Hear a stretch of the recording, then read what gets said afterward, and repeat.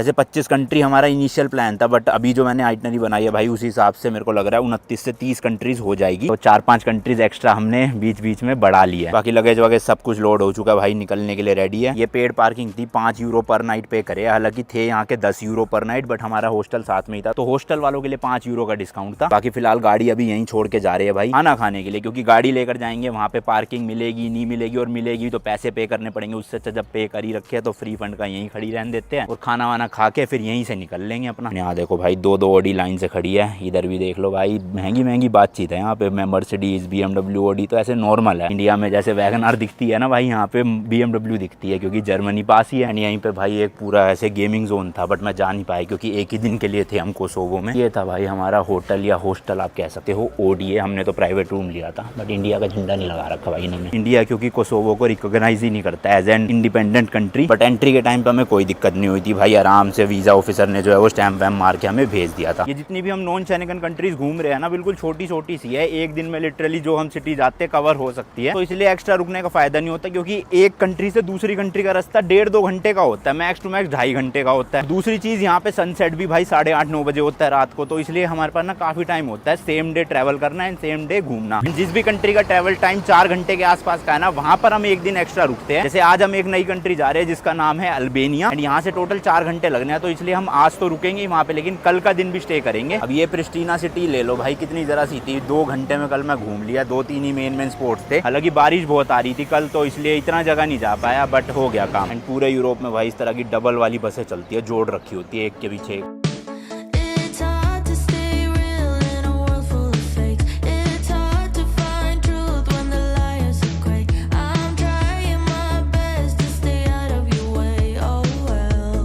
Gaming का craze ना काफी ज्यादा है यहाँ कोसोवो में। देखो एक और PlayStation 5 और 4 का वो मिल गया। यूरोप की बाकी कंट्रीज में नहीं देखा मैंने इतना ज्यादा जितना इस सिटी में दिख रहा है मुझे। इस वाली रोड पे ना लाइन से कैफे है, यहीं पे एक नेपाली रेस्टोरेंट भी है जहाँ पे इंडियन फूड भी मिल जाता है। यहीं पे 2-3 मोबाइल की दुकानें भी है, सिम कार्ड लेने के लिए, और कपड़ों वगैरह की भी शॉपिंग कर सकते हो आप यहीं से। ये है देखो भाई हिमालयन गोरखा के नाम से, और इन्होंने लिखा भी हुआ कि इंडियन रेस्टोरेंट, मतलब इंडियन फूड भी मिलता है यहाँ पे। कल मैंने यहाँ से मोमोज खाए थे भाई, मस्त था एकदम टेस्ट, हालांकि मैदा थोड़ा सा मोटा। ऐसे ये कॉम्प्लेक्स सा बना हुआ है, इसी पे है फर्स्ट फ्लोर पे, और भीड़ बहुत थी भाई। कल जब मैं आया ना शाम को सारे टेबल भरे हुए थे, और आज भी लोग हैं काफी। मतलब देख रहे हो भाई इंडियन और नेपाली खाने का क्रेज फॉरेनर्स के बीच में कितना है। ओनर जो है यहाँ के वो भी नेपाल से ही है शायद। आप नेपाल से ही हो? कहाँ पे नेपाल से? पोखरा से। ये अच्छी चीज़ है भाई, सारे रेस्टोरेंट में, होटल्स में, कैफेज में इंटरनेट मिल जाता है, अच्छा वाईफाई। डाउनलोडिंग स्पीड सबकी अच्छी होती है, अपलोडिंग इतनी अच्छी नहीं होती, और हमारे लिए तो वैसे अपलोडिंग ही जरूरी है। यहाँ पे तो डाउनलोड भी नहीं आ रही भाई, बट ठीक है यूट्यूब वगैरह तो चली जाएगा। आगे ये 4 पेज का तो इंडियन पूरा वो है अपना मेन्यू, और पीछे की साइड में 3-4 पेज का नेपाली मेन्यू है, जो वहाँ पे डिशेस चलती होंगी। तो मुझे समझ तो नहीं आ रहा भाई क्या क्या है ये। हम तो अपना इंडियन ही ट्राई कर लेते हैं इनमें से। वेज नॉन वेज लगभग वही पर प्लेट सब्जी की 500-550 रुपये है, मतलब 5 यूरो के आसपास। और बटर नान है 1 यूरो का, यानी 90 रुपये। तो यहाँ पे तो बहुत सही है भाई। बल्गेरिया में खाया था भाई साहब 250 रुपये का एक नान, इतना महंगा। लो जी लो, आ गया है खाना अपना। यूरोप के हिसाब से भले ही है सस्ता, बट क्वांटिटी कम है, एक ही बंदा खा सकता है, एक प्लेट में 2 नहीं खा पाएंगे।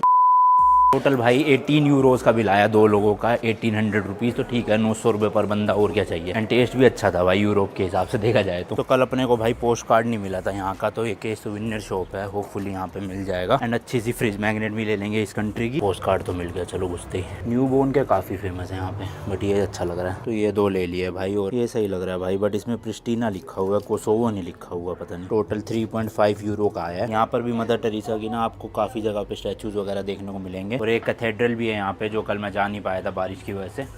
Thank you. चलो जी चलो, अब निकलते हैं भाई सीधा नवी कंट्री की तरफ। लो भाई पहुंच गया पार्किंग में। तो हमारा ये सफर होने वाला है भाई प्रिस्टीना से लेके अल्बेनिया की कैपिटल तिराना तक, जो कि अराउंड 260 किलोमीटर है। एंड गूगल मैप पे भाई 4 घंटे दिखा रहा है। अभी तक इस ट्रिप में ऐसा नहीं हुआ भाई कि 250 किलोमीटर के लिए 4 घंटे दिखाए जा रहे हो, क्योंकि 2-2.5 घंटे में हो जाना चाहिए। तो मुझे लग रहा है या तो ये ज्यादा ही पहाड़ी रास्ता है, या फिर रोड कंडीशन अच्छी नहीं है, इतना टाइम तो तभी दिखा रहा है। बाकी चल ही रहे, अभी रास्ते में दिखाऊंगा आपको क्या सीन है। मेन सिटी सेंटर में सबसे ज्यादा भीड़ लगी रहती है। एक बार यहाँ से निकल गए 4-5 किलोमीटर आगे, फिर तो खाली हाईवे मिलेंगे मस्त। अल्बेनिया हमारी इस ट्रिप की 9वीं कंट्री होने वाली है, एंड स्कॉर्पियो इनके साथ बाय रोड 8वीं कंट्री।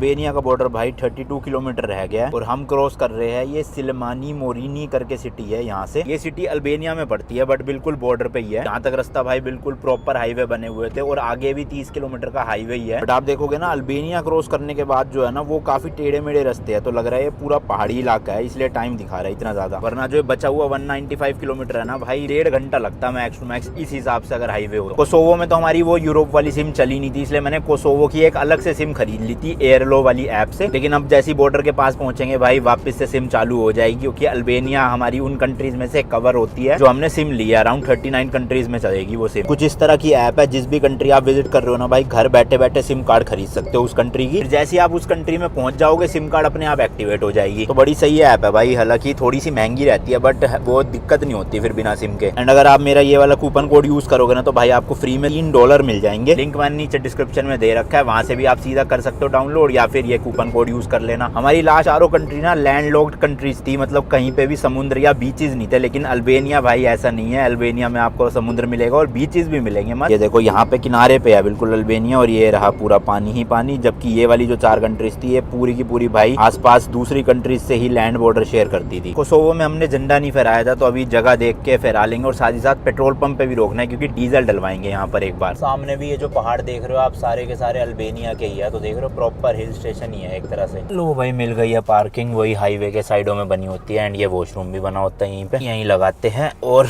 झंडा फहराते हैं। इस वाली पार्किंग में इतना कुछ नहीं बना हुआ, वरना पिछली वाली कंट्री में तो भाई पूरे टेबल वेबल लगे हुए थे यहाँ पे। और ये वॉशरूम भी नहीं है, टूटा पड़ा अंदर से। बट सामने व्यू देखो भाई क्या सुंदर आ रहा है ना। एक तो सूरज की पोजीशन ना हमेशा गलत होती है, जिस तरफ अच्छा व्यू होता है ना उसी तरफ से सूरज निकल रहा होता है, तो इसलिए अब यहाँ लगानी पड़ी है गाड़ी। अगर यहाँ लगाते ना तो ओए क्या नजारा दिखता भाई। मुझे लगता था इंडिया में ही लोग ना ऐसे रुक के हाईवे के किनारे पे सुसु करते हैं रोड पे, रोड या फिर ये झाड़ियों में। बट अभी मेरे पीछे एक भाई साहब है वो ऐसी झाड़ियों में सुसु कर रहे हैं, दिखा तो नहीं सकता बट मतलब कि यहाँ भी करते हैं लोग। और हमने सोचा उस साइड में लगाते हैं ताकि नजारा भी आ जाए और सूरज भी बिल्कुल ऐसे ना ऊपर से ही है, तो आ जाएगी ठीक ठीक वीडियो। सही जगह है भाई ये, लेट्स गो। हमारी Delhi to London road trip की कंट्री नंबर 8 और अपनी स्कॉर्पियो एन से कंट्री नंबर 7 कोसोवो में आप सभी का स्वागत है।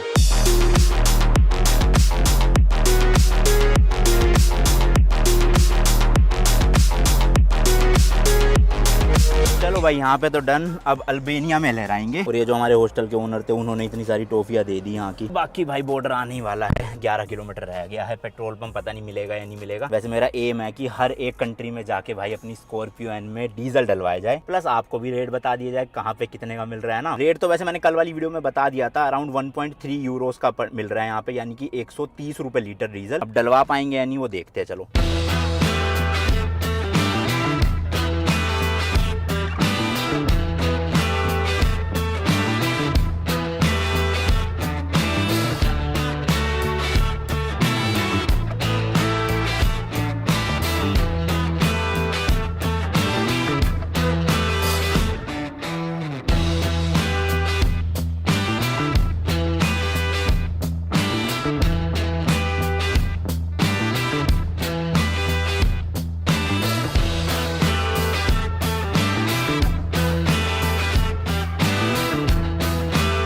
तो भाई कस्टम्स का बोर्ड आ गया है एंड सामने वो रहा बॉर्डर।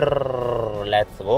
वही गिनती की 4-5 गाड़ियां खड़ी हुई है बस, और ट्रक भी 4-5 ही है यहाँ पे, तो जल्दी जल्दी सब कुछ हो जाएगा। क्योंकि इनमें से जो लोकल लोग हैं ना उनमें तो टाइम ही नहीं लगाते, 2-2 मिनट में बस पासपोर्ट चेक किया और सीधा जाने देते हैं। लेकिन बाहर की गाड़ी को या दूसरे कंट्री के पासपोर्ट को उनका थोड़ा सा देखते हैं। और ग्रीस से जो हमने ग्रीन कार्ड लिया था 1 महीने का भाई, उसमें AL मतलब की अल्बेनिया का जो है वो क्रॉस लगा हुआ है। इसका मतलब ये इंश्योरेंस यहाँ नहीं चलेगा। वैसे तो ये इंश्योरेंस सर्बिया में भी नहीं चलता था, बट इमिग्रेशन ऑफिसर ने कुछ नहीं कहा लेने के लिए, सीधा जाने दिया। तो होपफुली यहाँ भी जाने दे, नहीं जाने दिया तो फिर पैसा खर्चना पड़ेगा नया इंश्योरेंस लेने के लिए। एंड ये भाई सिंगल ही टर्मिनल है, मतलब यहीं पे ही कोसोवो की सारी फॉर्मेलिटी होगी और यहीं पे ही अल्बेनिया की। वो सामने देखो झंडा लगा हुआ है वहाँ का, आगे कोई टर्मिनल नहीं आएगा, यहीं पे ही कर देंगे जो करना है इन्हें। ग्रीस से जब बल्गेरिया गए थे तब भी सेम ही टर्मिनल था, बट बल्गेरिया एंड ग्रीस दोनों के स्टैंप लगे थे, यानी कि ग्रीस से एग्जिट का स्टैंप एंड बल्गेरिया में एंट्रेंस का। लेकिन जब हम कोसोवो आए थे ना नॉर्थ मैसेडोनिया से, तो बॉर्डर पे वहाँ का एग्जिट स्टैंप लगाया ही नहीं उन्होंने, इन्होंने सीधा एंट्रेंस का लगाया। अब यहाँ पे पता नहीं दोनों लगे या सिंगल ही लगेगा। बाकी अपना जो कार्नेट है उस पर तो कोई स्टैंप की जरूरत ही नहीं। अब हमें सीधा जब हम फ्रांस से एग्जिट मारेंगे ना, मतलब यूरोप से निकल जाएंगे, तब एक एग्जिट स्टैंप मार। दोनों के पासपोर्ट दिखाने होते हैं, मेन गाड़ी की आरसी दिखानी होती है और इंश्योरेंस, वैसे पर इंश्योरेंस है नहीं। Yes, this is auto document, registration certificate. RC हमारी इंडिया की बिल्कुल छोटी सी है ना, तो देख के हंसने लग जाते हैं डॉक्यूमेंट के नाम पे इतनी सी आरसी होगी। No Albania, we have to buy a new one. No 13 अगस्त 2023। पासपोर्ट देख के किसी को कॉल लगाया, पहले तो कह रहे थे कि शेंगन वीजा ही एक्सपायर हो गया, फिर मैंने दिखाया कि नहीं 13 अगस्त तक है वैलिडिटी अभी। अब कॉल करके कुछ वेरीफाई करते हैं शायद से। इंश्योरेंस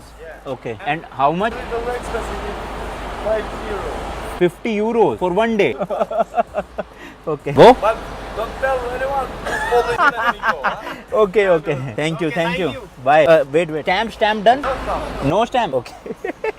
यहाँ पे भाई बॉर्डर पे होटल है या पता नहीं क्या है, तो इसी की पार्किंग में खड़ी कर लेते हैं। और यहाँ सिम मिल रही है, वो कह रहे थे वापस से इंश्योरेंस लेना पड़ेगा 50 यूरो, यानी कि 5,000 रुपए का। तो हमने कहा इतने ज्यादा, तो उन्होंने कहा कोई नहीं, जाओ बताना मत किसी को। बना दिया था ना इसमें, तो उसने सोचना पड़ेगा। मुझे लग रहा था कुछ तो बोलेगा। वो बेचारा दया खा गया कि गरीब है बेचारे, 5,000 रुपए खर्चेंगे। कह रहा जाओ, तो मैंने कहा स्टैंप तो दे दो। कह रहा नो स्टैंप। भाई ये स्टैंप नहीं लगाई, कोई बात नहीं, चलो 5,000 रुपए बच गए, वही बहुत है।